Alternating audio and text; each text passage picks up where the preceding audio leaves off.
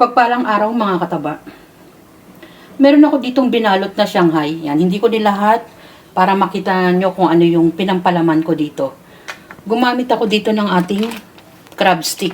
Yung 250 grams na crab imitation to. Tapos, mura lang yung ganito mga kataba. Ganito yan o. Yan. Yan. Hinati ko siya sa 4 na piraso. Pero pag nilagyan ko naman siya ng laman, 2 yung inilalagay ko at isang cheese. No, pwedeng 2. Yan, nakapagbalot na ako. Pinapakita ko lang yung ginamit kong crab imitation. Marami nito sa grocery.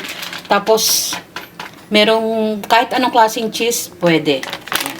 Kahit na anong brand, sabi ko nga. Kasi nagtira ko dito ng iba dahil gagawin ko namang soup to sa mga susunod na araw. Yan. Pagkatapos naman yan, ang ipapartner ko dyan yung ating mixed vegetable. O, yung ano din to, yung nakapack din. Ito yung plastic niyan, 200 grams. Yan. Bumili tayo ng ganyan. Halo-halo na yan na vegetable. 3 klase ang tingin ko eh. Sweet corn, carrots, green peas. At hahaluan ko siya ng ham. Ang ipanggigisa natin ay margarine. O, alam nyo na ang mangyayari dito sa ating Shanghai. Ano? Tapos na yan. Anong tapos na yan? Yan na naman tapos na yan. Luto na yan. Pinatay mo eh. Yan. Ito na yan. So, ganyan. Pwede na natin yan balikan maya-mayang konti. Saka tayo magigisa ng ating mixed vegetable. Dito sa same pan, yan, dito na rin ako magigisa. Binawasan ko lang ng konti yung mantika at naglagay na ako ng margarine. Unahin natin to.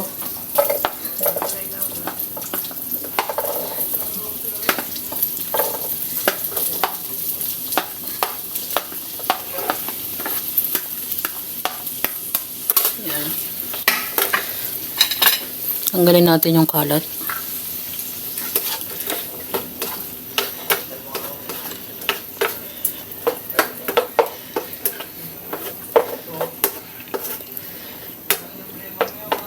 Pabayaan muna natin dyan maluto ng konti yung ating vegetable.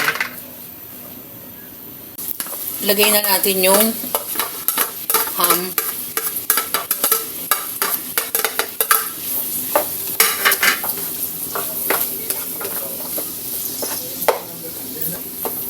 Haluin natin. Yan. Maglagay na tayo ng ibang pampalasa. Paminta. Konting salt. Yan.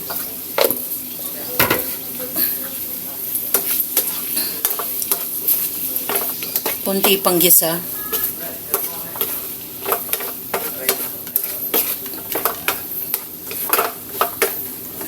Hanggang sa maluto yung ating ham. Pwede na yan. Ganun lang kasimple. Diba? Simple dish na naman ang ating mixed vegetable. Margarine lang yan. Yun lang yung nakapak mga kataba. Yung maliit lang. At hinaluan ko ng ham. O konting salt lang. Ganun lang kasimple. Sabi ko nga, ginisa ko lang sa margarine. Yun namang pamaris ko dyan ay Shanghai. Crab stick lang naman na imitation ang ginamit ko at naglagay ako ng cheese. Masarap yung ganitong Shanghai mga kataba. Iba-ibang klase yung ginagawa natin sa Shanghai para hindi naman tayo nagsasawa. Marami tayong pwedeng gawin sa Shanghai na iba't iba ang palaman. Sabi ko naman, depende lang sa atin kung ano yung gusto nating ilagay. Yan yung magkapares. Mixed vegetable at Shanghai. Enjoy, kumain at maging masaya. Salamat sa panonood! At bye! Ingat mga kataba!